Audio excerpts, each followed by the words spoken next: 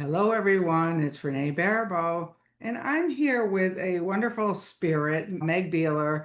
We met a long time ago at a Silmar at a shamanic retreat, and we're talking over 20 years ago. Mm. And she's been in the practical shaman orbit, and I've interviewed her before. And it was time to have another conversation with her and bring in some of her wise wisdom.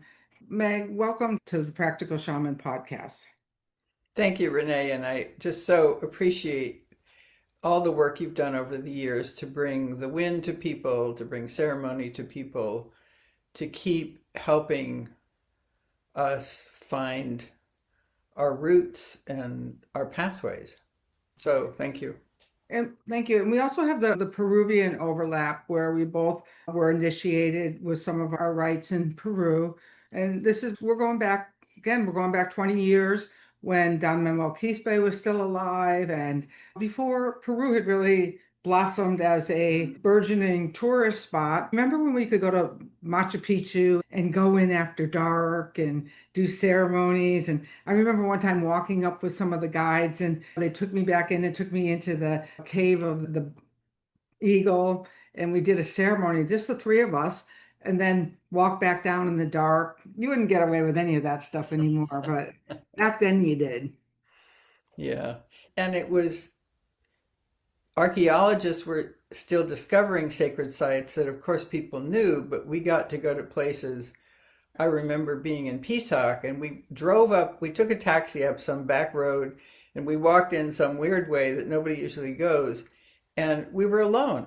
And I happened to go, we were at the hitching post of the sun, which is a big stone that the Incas used to make connections, filaments of connection with the sun. Anyway, I wandered into this house, stone house, little niches in the walls, dirt floor, and I burst into tears. And I'm like, why am I crying? No one was there. So I sat down on the ground with my back against the stone and I just cried and cried. I still had no idea why I was crying, but it was like this incredible release. And I walked out and said to Americo, what is this? And he said, oh, that's the house of the Nustas, the princesses of light. And he always after that called me a princess of light because I'd had this incredibly strong connection with the spirits of that place thousands of years after it had been an active site. And that's what I loved about Peru. One of the things was learning how land holds spirit and how when you walk onto that land, you don't have to do anything. It just arises and you have these amazing visions over and over again that transform your life. Mm, Um, That's such a great reminder. Back when I hiked Salcantay, when there was no inns of Salcantay. No, you couldn't stop every night and get a hot jacuzzi. Now, I have to say, now that I'm about 20 years older about that, the idea of being able to sleep in a bed and take a jacuzzi after one of those long walks sounds really appealing. But there's really something about, I remember going to Asangati and hiking up to the Rainbow Lagoon and the elders showing us that these Americans, we were holding so much dense energy that they had us all put it into a rock, which they then threw into the lagoon. And it took four of them to lift all of our dense energy. They said it was so dense. And we don't even think about that, like simple practices like a rock, giving that dense energy to a rock or to a tree or something else that can help you hold it because let's face it, it's pretty dense out there right now. yeah. That's one of the main things I took away from my multiple trips to Peru was the practice, the very basic practice of releasing your density and taking in light. Mm, And I do it mostly with the elements, all four elements, different elements at different times, but it's say I'm feeling grief. And so I breathe from my heart all that grief into the sun, the fire, and breathe in the transformative power of the fire, the cleansing fire, the passion of the fire, whatever comes to mind. And that process of gifting energy and receiving energy in this ongoing thing is really the basis of how I've been able to move through all the density in my life. which has Mm. been considerable. I think that's so important to that as much as we give lip service to this idea that we are nature, and it's usually me when I'm begging the winds to clear something or move something, but there's another relationship that we could have that's an ongoing daily relationship that sometimes we forget that is there for us all the time. And I think that you exemplify that. I watch you when I haven't seen you so much on social media recently, but when I watch you, you always seem to be in relationship when there was fires in your area. You worked with the energy of the fire. Why don't you talk about how that was?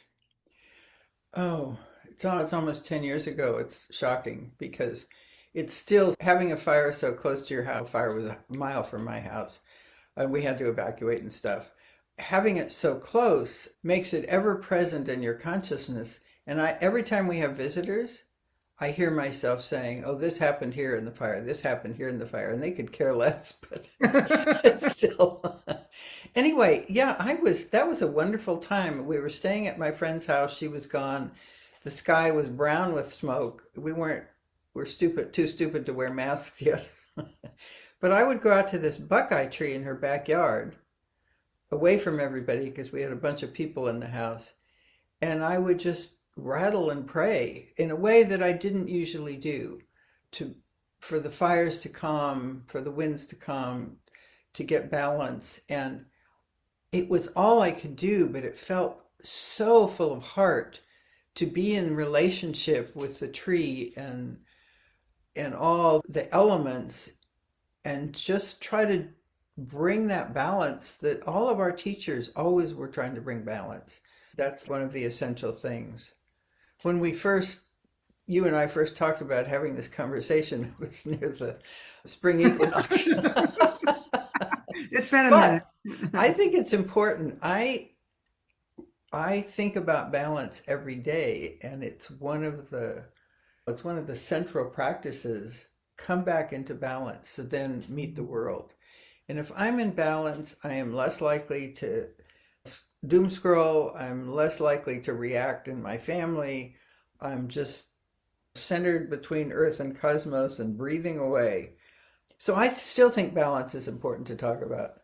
And Oh, absolutely. I figured out, I talk about it, explain it at length in my book, but I talk about the earth cosmos meditation, which I didn't exactly invent, but I put my Peruvian experiences together with some other things I read and realized that you could do your roots, you could bring the energy up through your body, you could reach up to the stars, and you could get this column of light going so that you'd be in alignment. And then I did invent the part about then connecting with all the sacred mountains of the Bay Area through my heart. And it's just been a profound way of getting in connection, being in connection, and knowing that there's that connection. Is this energy alchemy? Is this what the entire book is about? Weave the heart. It's practices, yeah, to move your energy and shift your consciousness. Really simple practices like swallowing the sun every morning, the way they do in the Opening the Andes. wind. In the Andes, they go out early in the morning. It's freezing up in the mountains. And so you put your tongue out like this and let the sun shine on it, and you swallow it and let the light and the heat fill your whole body. Ooh, And let's try that. It feels good. I do it 3 times. In the summer, I can do it from bed. That's really fun. Oh, because the You know, sun's because the coming sun in. moves north. But it's such a simple practice, and you do that, and you switch out of all your worry into just Mhm. feeling the light. Yeah, I was just reading something yesterday where I did this reset this year and I had to redo it midway through the year because it was a social media reset where instead of doom scrolling in the morning, I would write in my journal. And then I found myself writing only a sentence or two. And I thought, God, you're getting lazy. But then I was reading something yesterday that writing just a sentence or two is enough to break the habit.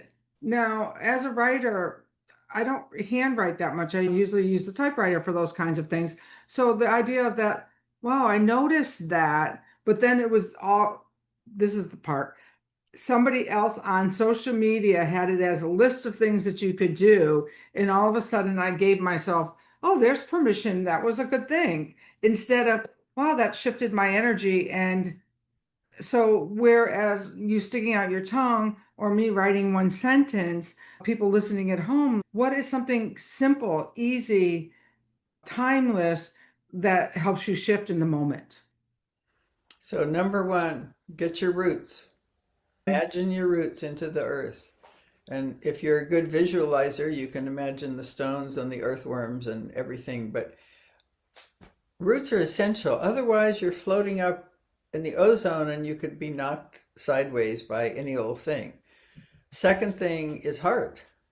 And you and I know how long it takes to shift from mind to heart. We've been working at it for all these years, and we do it and then go out of it and so on. But the more conscious you are of it, the easier it becomes. And that's why my Earth Cosmos meditation, everything is going through my heart.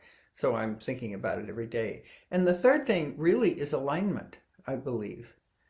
Is that If your body is rooted and aligned and in your heart, you can flow through most of the things of your day a lot easier. so? In your book, Weave the Heart of the Universe into Your Life. So, what is that heart of the universe that you're talking about? We think of the universe as out there, but the universe is also inside. Okay. So all these practices are a way of making those connections and convincing ourselves. We really have to convince ourselves that we're a part of the whole. I have all these friends who go to all these lectures about nature connection and butterflies and they're not connected. It's all mental. So that's where the heart comes in, and that's where the roots come in. But so these energy practices are all ways to get centered and to get connected. You know this about the wind. When you're talking to the wind every day, you have a relationship. The wind talks back to you. No doubt about it. When you have a special tree and you greet it every day or talk to it or whatever, that tree comes back at you and you have to be really listening. I had a wonderful experience actually. We have a grandmother redwood in the park near our house that's probably 2,000 years old. It was left, everything around it was logged, but it was left because it has all these weird arms sticking up. So I go there a lot. I take everybody who visits there. And not too long ago, I was taking a group to visit the grandmother redwood, and I felt her calling to me before I got there. And it was the most sweet, wonderful feeling of reciprocity. And I was surprised because that had never happened to me before. So it taught me, oh, okay, it is both ways. And do you think that for somebody who doesn't know and they're just listening in, to me, that's a sign that, oh, you're living in alignment. But what are some other signs for you that you're living in alignment? And how do you know when you're off course? I know I'm off course when my brain starts wanking out about 20 different things at once. That's a Wanky. sure sign. The Here, brain. here. I know I'm off course when I'm reactive with my family or when I get impatient with a client for something stupid. They don't return a client form to me, and why should I bother? It's a waste of time to get impatient. I know that, but I do anyway. I don't know. How about you? How do you know when you're out of alignment? Today, when I was screaming at the sliding door in the living room, in the hallway, it's the interesting thing. I painted the doors, I was putting them back on, and I was sure I think this is when I know I'm out of alignment, when I'm sure that I've got them in the right order. I'm so sure I took them out this way. This is the right door. And I worked at it for an hour last night and 2 more hours this morning. And finally I was screaming at the door. And then I stopped. I just stopped long enough to have an idea come in that said, you have the doors reversed. You couldn't have told me that when I was in the midst of it. So I get so sure that I know the right thing. The certainty. The And this certainty. certainty is control. It's an attempt to control. So in our culture, we're trying to control everything. And of course, everything's out of control just about. So there's a tension in us. I think that's another example. The tension Mhm. builds. Door fit when it's an inanimate object. I watch that with my husband a lot. He has these arguments with me about something, and I know I'm positive of something, but he insists and insists, and I stopped talking to him because I can't tell him anything, and then later he says, "Oh, you were right." I do that all the time too with my closest friend. And it's like, and I swear to God, she is almost always right. And it's just like sometimes I just don't want her to be right. So I could have a moment of, she probably would have figured out those doors 10 minutes in. You got them backwards. But no, I was going to do it myself. Yeah, no, I think that so it's spiritual beings. We're having these human experiences over and over again, and we get just as out of whack with our tools as the next person. But the good news is if I take a deep wind breath, I remember. I'm And just thinking the same thing. Breathe. the breathing is so important to me. No, I've been teaching the wind now for about 10 years. Even before I really understood what the winds were trying to tell me, I started teaching it because that's how I got clear. And about 2 or 3 weeks ago, I was at the beach and I did this wind breath. And all of a sudden, what that concept you're talking about is feeling that cosmic energy. It filled me up. My whole system expanded just a little bit. And I'm there like, oh, is this what I've been teaching for 10 years? That's beautiful. That's really beautiful. Let's hold that a minute. A huge wind breath, and then there you are. Right. Nothing else exists except you and the universe right then. And I just did it again and I could still tap into it. Everyone at home, try that. That's a really important thing is to really breathe in and feel that breath, that expansion of that breath. Just that when you were talking about bringing those tree roots down into the ground, which I can see and I can feel, but I never thought to look for the rocks and everything I was passing along the way as I was sending my roots down into the earth. That just added a whole other dimension on there. So when our practices get stale, it's also good, don't you think, to twist them up a little bit? Yeah, I have another example of this expansion. We have one side of our house is all sliding glass. There's two sliding glass doors. And one day I was standing inside the house and we look at the mountain, it's oak forest, it's absolutely stunningly beautiful. So I'm looking through the glass at the trees, and all of a sudden I think, wait a minute, I'm looking at those trees. So I open the door, I go stand outside, and then I'm just feeling the trees. And I tried it again in different situations. So now every day I eat my lunch outside, and I have to eat about 5 bites because I'm starving.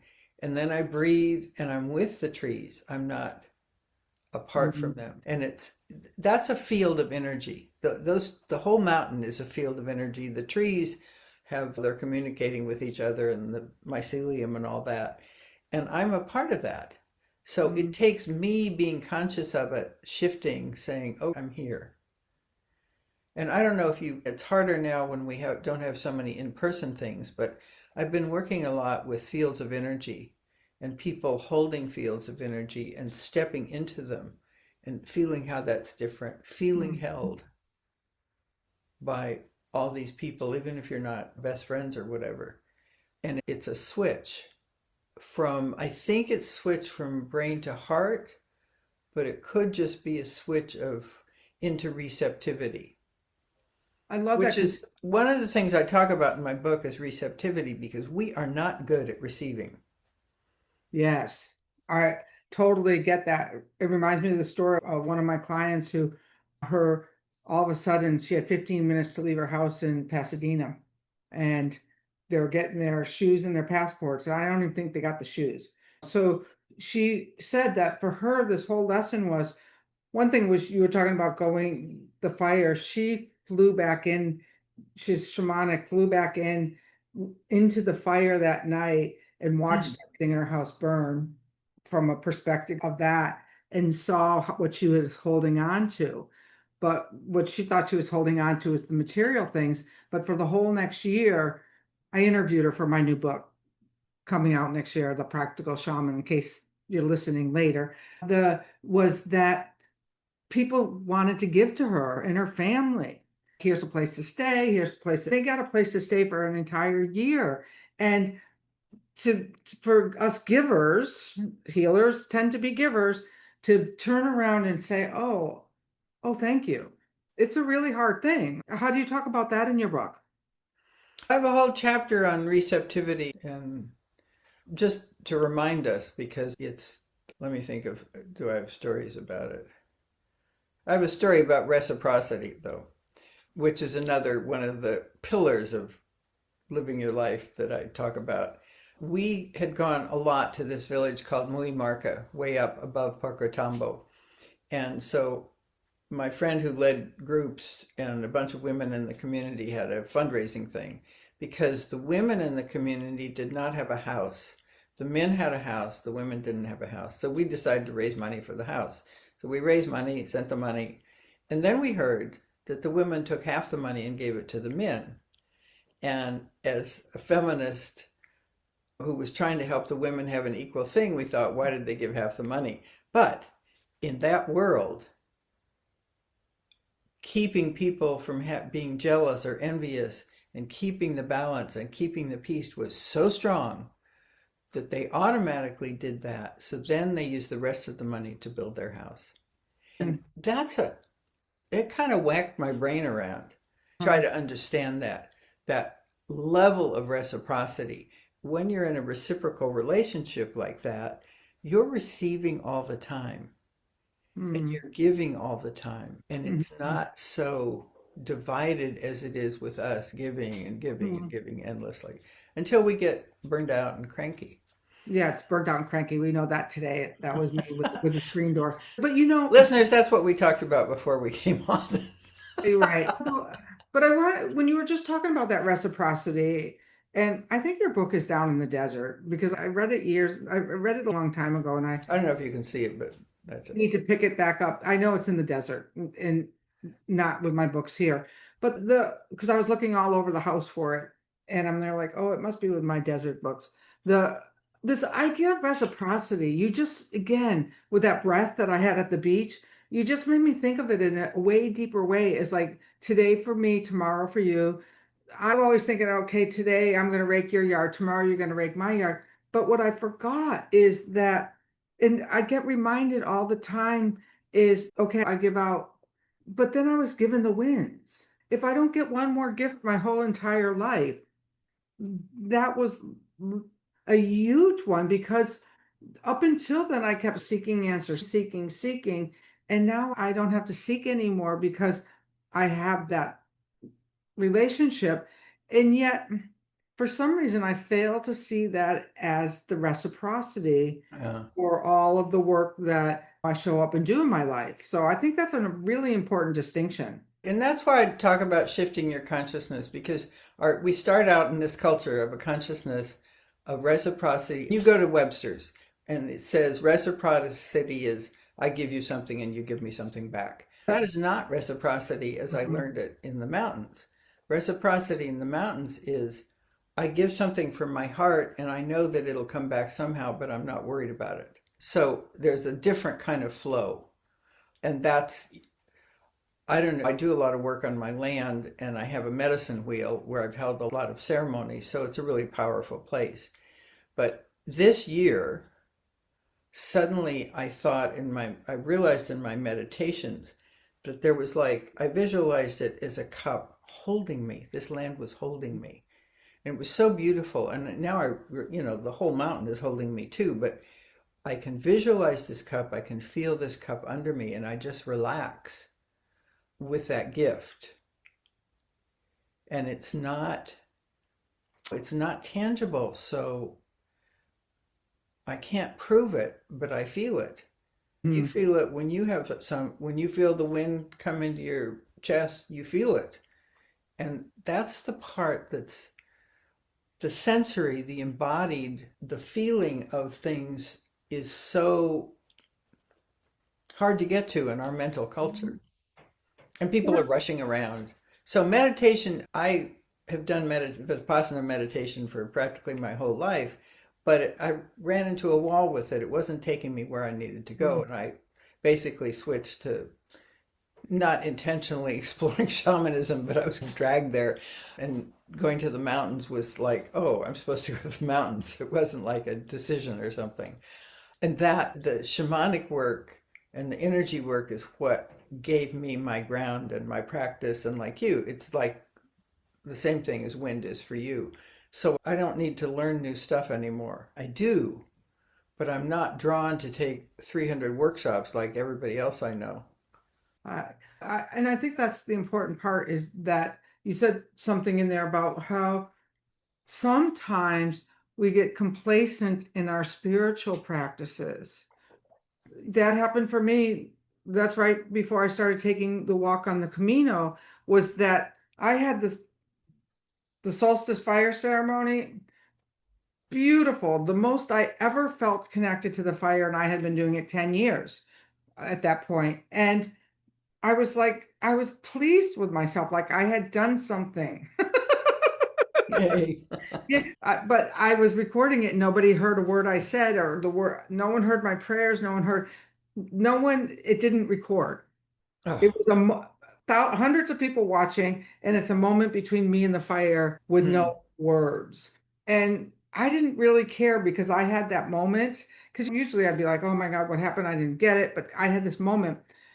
The very next day, I was at the airport and I got a call and said somebody had died in my house that I was going to. And here I thought, oh, I had reached the plateau where I could have this conversation with the fire and everything's all right. And boom, I got knocked right off onto my butt again. And like you were talking about the meditation, I realized that I had this idea of awakening and enlightenment as something I was holding in that cup you were talking about. And yet, I had to go deeper. So tell me, like in your life, when you have to go deeper, what are some of the tools you use to go deeper? In the last few, actually since COVID, this happened. I meet every week, rain or shine, with a group of three friends, some of whom have done some Andean work, everybody's done energy work. And we had, years before, we'd created this energetic pyramid, right? Because a teacher had said, create this. We created it. Do it. So we hadn't done anything with this pyramid for 10 years. So I said, why don't we get together and hang out in the pyramid? So for, what is it, 7 years now or 6 years now, we've been meeting every week. So we start with 5 minutes of silence so we can go inside. We're on Zoom, 5 minutes of silence. So we get rid of all the clatter. Then we talk about any intent we have. We take 20 minutes, we go in the pyramid, and we let the pyramid take us on these experiences. Sometimes if we're wiped out, we might lie in the central column of light and just let the light go through us. Sometimes we go out the top and go out into the cosmos. Or sometimes I go deep. The pyramid is double-sided like this, or double-pointed with four sides up and down. So one thing I do, and this is not like thinking intentional, but I'm taken down into the center of the earth where it's really hot. And I just hang out there in the darkness and rest. And that fertile darkness just renews me. And then I come back up. So every week it's something different. But my commitment is to be there and be present. So that's been a huge ongoing way to keep exploring, of course, but also to stay present and breathe. And I have to say, we're all experienced, right? We all say, why do we have to keep doing the same thing? It comes up so often. Why can't we stay centered like this? Why? And I don't really have an answer. I know part of it is culturally we're not used to it.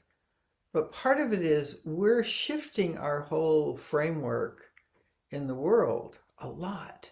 We're surrounded by people who aren't there. So it's hard to challenge, not hard, it's challenging to maintain that. The other thing I do is I've started, this young friend has been teaching I don't know what to call it. We meet every week. We create a field of energy. Sometimes we meditate, sometimes she teaches, but it's another way to learn about fields of energy, fields of support. And the crucial idea here is that there are many of us holding space for the transformation of the world all over the place. We don't know each other necessarily, but I've done this work for long enough that I believe that fully. And so that holds me up, knowing that in some way. I had a very amazing, must have been 30 years ago. I was with my teacher, Americo, and he up on the ridges above the Pacific on the peninsula in California. And he told us to go meditate. So I went and sat on some rocks, and I'm looking out at the ocean, which is far away, but I can still see it. I go into this deep meditation, and in my meditation, I'm surrounded by 9 billion people meditating. And it's, oh my God, I just sat there like that, not thinking, just being, and I came out of it. And I thought, wait a minute, there's not 9 billion people on the planet. This is like a vision of the future. And it's that vision I hardly ever talk about it because it sounds so weird, but it's really helped me stay in my heart knowing that's possible. It's so funny because my last question for you was, with all your years of practice, what is that you wish you understood 30 years ago? And you answered it before I even asked the question, was that there would be 9 billion people praying. And we are here praying. It's because I guess we could end around on this. I know we're in a tumultuous time of transformation, and yet I trust that things have changed in this 30 years that you and I have been doing this work. I see my nephew. I thought he'd be a shaman, but he's a fireman. Because that's his clan. And yet I watched the father that he's become. Back 30 years, 50 years, 60 years, men didn't have permission to be fathers. And so I have hope that even if we're on different sides of the political spectrum, that I see him raising a daughter who he was teaching to garden this weekend. She's 2 years old. That some of what we had to separate ourselves in order to force have now become part of the way people are living. Do you Yes. think that you feel that change has happened some ways? I feel it's happened, and I don't think the younger people necessarily have language for it, but we can see it just like you're describing. And this group of younger people, half my age, that I meet with now weekly, they're all on their path, but they clearly have a lot of skills, energetic skills, to stay present and hold a field of energy that I certainly didn't have at their age. I took one of the single woman who has a 5-year-old, I took her to Ring Mountain the other day, and she was talking about being dysregulated. And I could see why. The daughter was very curious, very imaginative, and she talked nonstop the whole time. And mommy, what's this? Mommy, what's that? Come here, I need you. All this stuff. And I remembered my own child doing that and how exhausting it was and how you couldn't have a thought of your own. But her intent is to keep coming back and be present with her daughter. What a beautiful intent. And your and my intent, I think, is to be present with all of our clients, all of our students, the whole world, as we don't talk about how bad we think things are going to get because it's kind of pointless, but we know. So the more we can be centered and grounded and aligned and open-hearted, the more that can radiate out to other people. Absolutely. And the more hope we have for these 20 and 30-year-olds who their DNA and their genetics changed by all of the work that we were doing, because that was the promise, that this healing would change the structure of things, not, and we forgot that because we were at the time, I always say we were lounging in our spiritual bath salts at the time because there was no urgency. And yet we were part of that 8 billion people holding that energy field for this transformation, which is nature's transformation. Let's get real. The earth changes, the earth evolves, whether or not we're rushing it, hurrying it, moving it forward. Last week, I journeyed into the inside of a whale because all these gray whales have been dying on the West Coast. And the whale had a much better understanding of its place in history than I did. What did you learn from it? That things extinct, things go extinct, things change, and whether or not, I can't say that it wasn't an opinion about humans and what we're doing to the oceans and stuff, but more this is, if this is our time is up, then we're not going to stay around anymore.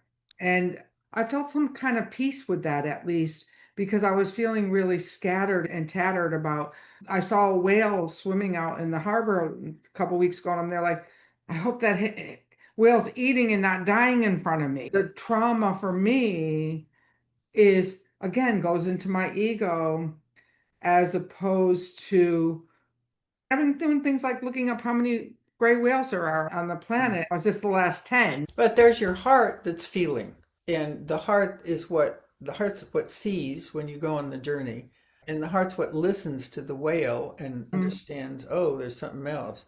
I've had the same experience with geological time, way, way back in time, and the tumultuousness of the earth when there was one continent, Gondwana land. There were multiple ones. That's the one I know about, and how it smashed and broke. And holding that in my body helps me feel, I don't know, somehow more prepared for whatever happens in the future. I don't exactly understand how it helps me, but that I know that there's these big changes. I know Right. things have gone extinct, like you're saying. And so I can flow with it, not, oh no, the whales, yeah. Because it doesn't help us, I don't think, at this moment to be angry or fighting. But to me, like last week when you were talking about community, I had my neighborhood HOA beach community picnic on Saturday, and there was 50 people, and we all we whacked, and I did the grilling, and I didn't hear one political banter. I didn't hear anyone saying anything about their bad neighbor. It was like a 3-hour reprieve for everyone to come together and know that we all drink the same water. Nice, Yeah. So nice. that's where I want to put my energy is places where I can really feel like that I can find the common places instead of the disjointed nature of where we're at in the moment. Yeah, and I used to be snooty about people who said, "Oh, just shine your light." But now I think that was an egoic mental response to things, and I understand that's not all I'm doing. I write my letters and so on, but shining my light is a big deal. And Mhm. when I'm driving and I see somebody else smiling, I think, "Oh, yes, happy." And that's what I did. I got up on the bench and I said, "Hey, I decided I'd stay as the board president one more year." And they all cheered and clapped. I said, "But I want you to know why." I said, "Because we own a water utility and I'm concerned about the water for," there was a little kid sitting over there, "for that little kid and for his children and for the children beyond them." I said, "And because I believe the community is the hope for the future. And that's why. Not because I feel like taking notes or doing any of this other stuff, because I hold a bigger, broader vision. And I know you hold that bigger, broader vision. And so, is there one final thought you'd like to leave our listeners with?" Hmm. For all we've been talking about, I keep thinking about breath and how breath brings us into presence, brings us into the moment, and allows us to be in our hearts. And then that's the start of everything else. That's not, I maybe could think of more fancy things to say, but Well, let's end with a deep breath. I like yeah. that. All right.